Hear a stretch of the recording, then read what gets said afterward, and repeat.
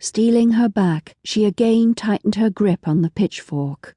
If she sucked in her breath, she could slip in through the sliver of the makeshift entrance. Heart thudding and holding her breath, Anora inched her way through the doorway, careful not to make a sound on the cobblestone floor in here. The windowless room was fairly dark, the scant bit of light filtering in from the main room, allowing her to see the closest objects, the bed and the small table next to it.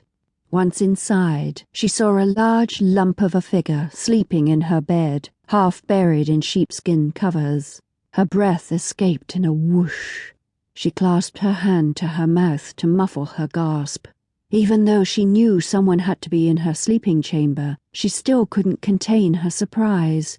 Not when that someone was a large man, half naked, and sleeping in her bed. Barely breathing, she lifted the chair and set it aside, careful not to make a sound. She took a deep breath and studied the sleeping figure. His naked back was to her, his broad shoulders muscled and holding her gaze. His hair was dark and curly, his head snuggled against her lumpy wool-stuffed pillow.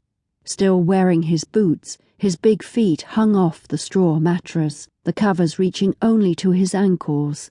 His arms were well muscled, way more so than her guardian's had been, which should have warned her not to trifle with the intruder. She was still of the opinion that if she threatened him sufficiently, he would leave. It had worked well for her before, on 2 separate occasions. Not that the men had been so well muscled, or half naked. Then she frowned. What if, under the sheepskin covers, the man was entirely bare? Courage gathered, she approached the bed. No naked wanderer was staying in her cottage, in her bed. When she reached a safe distance from the mattress, she poked at the still figure's back with the point of her prongs. Soliciting no response, she pushed harder with the fork. The man quickly tossed the cover aside and leapt to his feet on top of the mattress. His dark brows were furrowed, his teeth clenched in a furious expression. His sword was raised to swing at his enemy. She shrieked. He towered over her, his dark brown eyes narrowed in hatred. He cursed. His Scottish burr was so thick that she didn't understand his words, or mayhap he was speaking in Gaelic. A Highland barbarian. As soon as she truly saw the sword and the intricate carvings on the sloping steel crossguard, realization dawned and her heart stuttered. He was a Highland warrior, not just some peasant seeking a place to rest. Anora shrank back, her gaze riveted on his naked chest, a bloody cloth wrapped around his waist. A blue and green belted plaid hung low on his lean hips. She should have been watching the motion of his sword. Instead, she stared at his bronzed, naked skin and the way the plaid hung so very low.